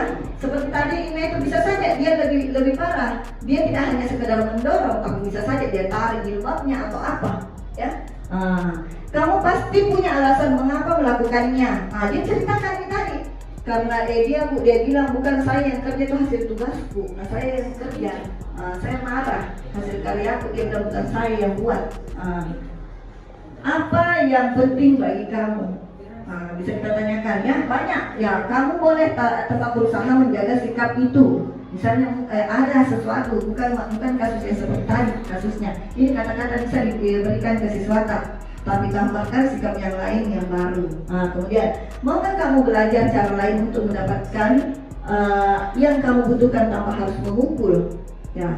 Kemudian, apakah kamu bisa melakukan dengan lebih baik besok lagi? Misalnya kalau terlambat sih, kata-kata ini bisa diberikan kepada siswa dan untuk proses validasi kebutuhannya. Nah, selanjutnya menanyakan keyakinan. Nah, ini yang ketiga yang biasa kita lupa. Yang satu dua itu biasa jadi mungkin tanya-tanya sih. Nah, tapi yang ketiga ini yang biasa kita lupa. Biasa kita bilang, oh begitu, kalau begitu sudah nih, selesai kemarin ikut kelas. Tapi ketika kita menghadapi siswa yang sedang bermasalah, coba terapkan ketiga-tiganya ini. Nah, yang terakhir adalah apa nilai yang ini kan menanyakan keyakinan. Bisa kita tanya, apa nilai yang kita percaya di kelas atau di sekolah kita? Apa keyakinan kelas kita? Dia akan sebut, oh ini ibu keyakinan kelas ini. Nilai-nilai menurut besar apa yang telah kita sepakati? Ya, dia akan sebut lagi apa nilai yang sudah kita sepakati. Kelas yang ideal itu seperti apa sih? Kita bisa tanya, seperti apa? Pasti dia bilang lagi, yang penting sudah buat keyakinan kelas. Nah, cerita lagi semua. Anak-anak itu tidak ini kalau berbicara, dia jujur. Apa yang terjadi, apa yang harus dia lakukan, dia bilang. Nah, apa yang kamu rasakan ketika kamu melakukan itu? Kamu menjadi orang yang seperti apa? Apa yang kamu rasakan? Pasti dia bilang tidak baik ibu, melanggar keyakinan kelas. Jadi mau jadi orang apa? Sebenarnya saya mau jadi orang yang sukses. Nah, kira-kira apa yang harus kita lakukan supaya bisa menjadi orang yang sukses? Kalau terlambat datang, mungkin dia bilang begini, karena saya terlambat bangun, besok pagi ibu saya setel alarmku. Ditanya juga mamaku atau kakakku kasih bangun Kak, supaya tidak datang maka lagi terlambat. Nah, kalau tadi kasusnya Inna, dia bilang begini tadi, saya bu mulai besok saya belajar menahan emosi. Ya, saya tahan di diriku. Karena saya tahu sebenarnya hal yang saya lakukan tadi itu hal yang salah. Nah, begitu juga kasusnya Ariel. Coba kita tanyakan besok kasusnya Ariel sama bidang studi atau wali kelas yang bermasalah dengan Ariel ya. Kita tanyakan dulu besok. Ya, kira-kira apa yang kamu lakukan Ariel supaya kamu rajin lagi ke sekolah? Karena alasannya Ariel ke sekolah tidak mau dimarah-marahin, itu alasannya. Ya, baru satu alasan yang saya dengar, belum ada guru lain lagi yang cerita. Nah,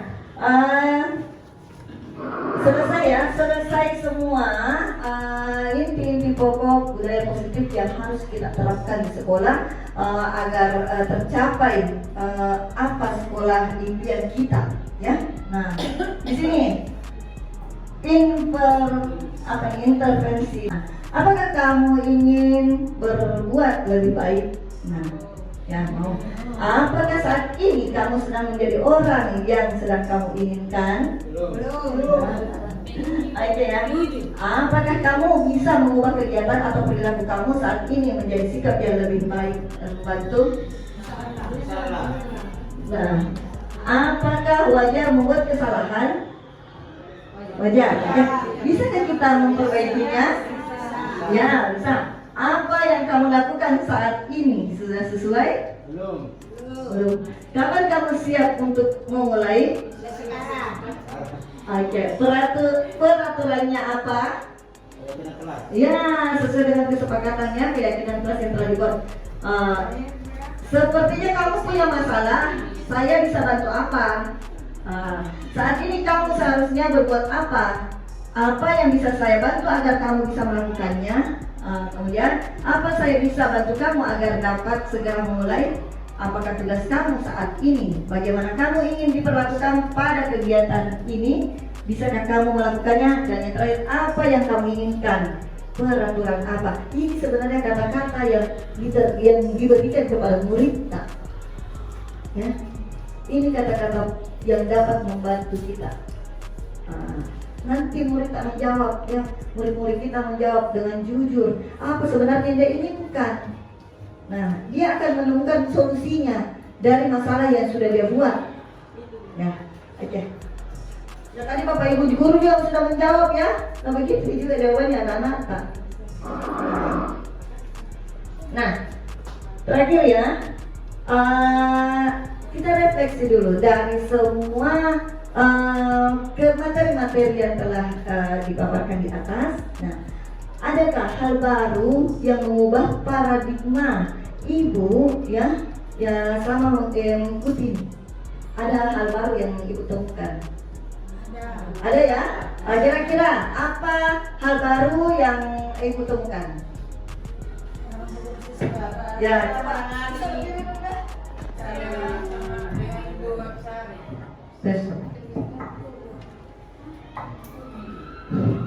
Assalamualaikum warahmatullahi wabarakatuh. Waalaikumsalam warahmatullahi Baiklah, wabarakatuh. saya jawab yang nomor 1 saja ya. Ya, tidak mau. Hal baru yang saya dapatkan setelah ada diseminasi hari ini, yaitu cara menangani siswa yang bermasalah. Ya, selama ini kita banyak berbuat menghukum, ya. Ya, semoga kedepannya bisa diubah menjadi posisi manajer. Aja ya, bagus sekali ya. Betul jawabannya Ibu Kapsari. Mari kita semua merubah paradigma kita ya. Bagaimana cara menghadapi siswa dengan menggunakan posisi kontrol manajer. Nah, selanjutnya Tambahkan dulu. ya Ibu kepala sekolah.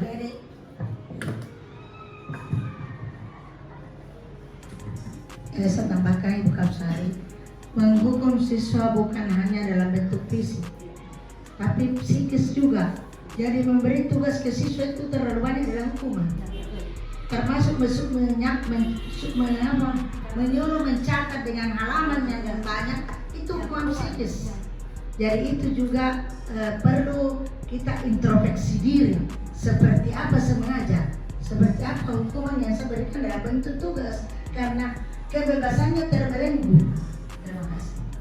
Ya, bagus sekali ya, betul sekali jawabannya Ibu Kepala Sekolah. Terima kasih Ibu Kepala Sekolah. Kita tepuk tangan dulu buat Ibu Kepala Sekolah dan Ibu Kapsari ya.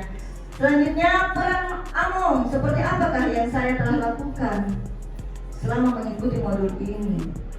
Nah, saya akan menjadi Among yang seperti apakah setelah mengikuti modul ini? Nah, kira-kira Bapak Ibu guru mau jadi seperti apa setelah mengikuti modul ini, pelajaran ini, materi ini? Apabila itu Apa? Penuntut.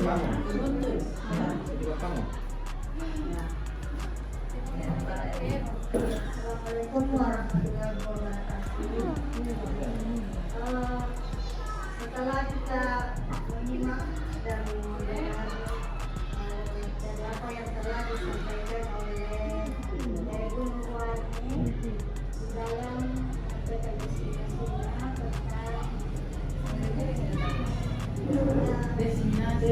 di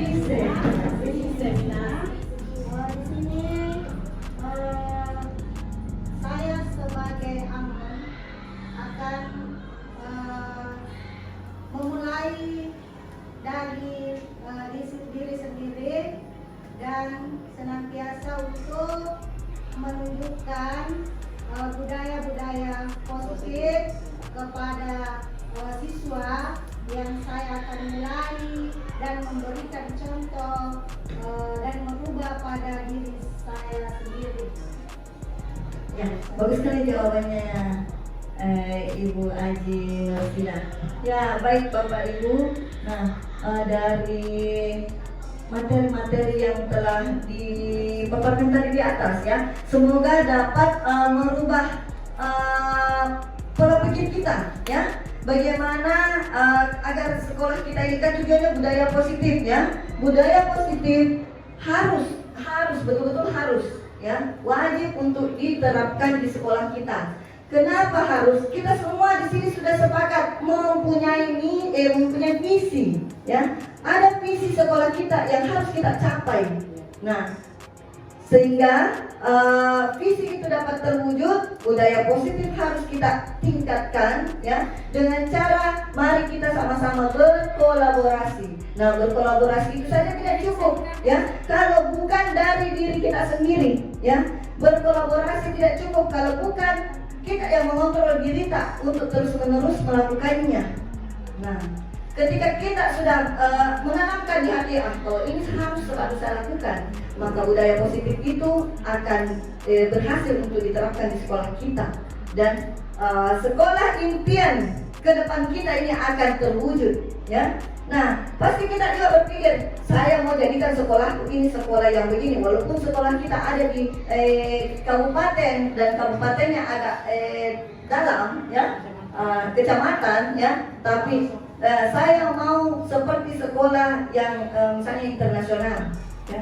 Saya mau sekolahku yang muridnya seperti ini, banyak bibit-bibit unggul di dalam sekolah saya. Nah, bagaimana caranya untuk supaya menjadi seperti itu semua sekolah impian kita? Nah, kembali lagi ya, gurunya juga. Nah, pandai-pandailah menggunakan posisi kontrol yang bisa kita terapkan ke peserta didik. Nah, oke. Nah, saya kira cukup ya pembahasan materi mengenai budaya positif ya.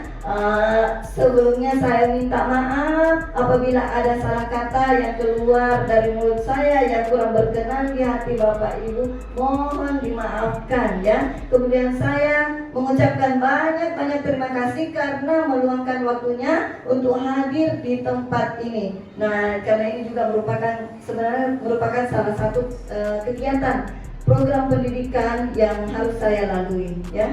Oke, terima kasih Bapak Ibu guru. Saya kembalikan ke moderator ya. Assalamualaikum warahmatullahi wabarakatuh.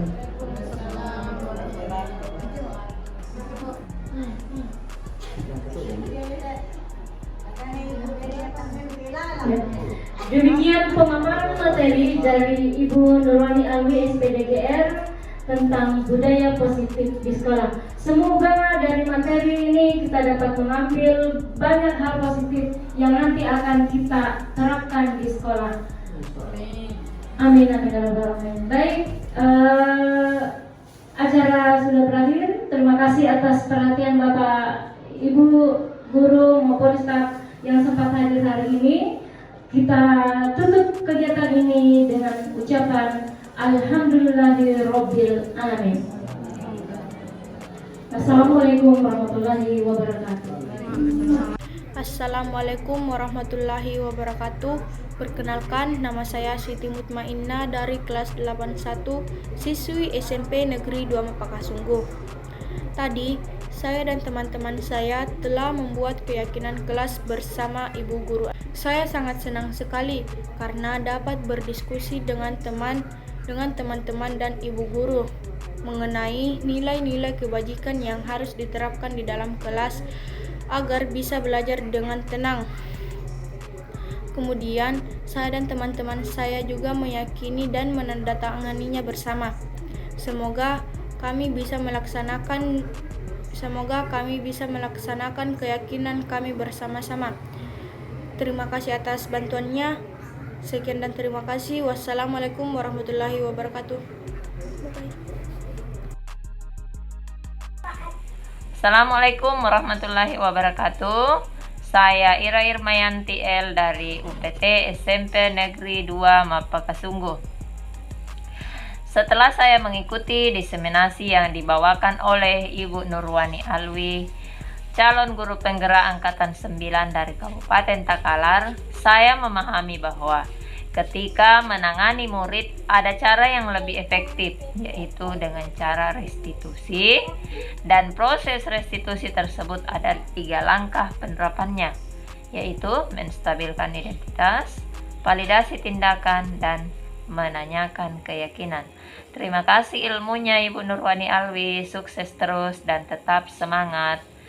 Assalamualaikum warahmatullahi wabarakatuh. Assalamualaikum warahmatullahi wabarakatuh.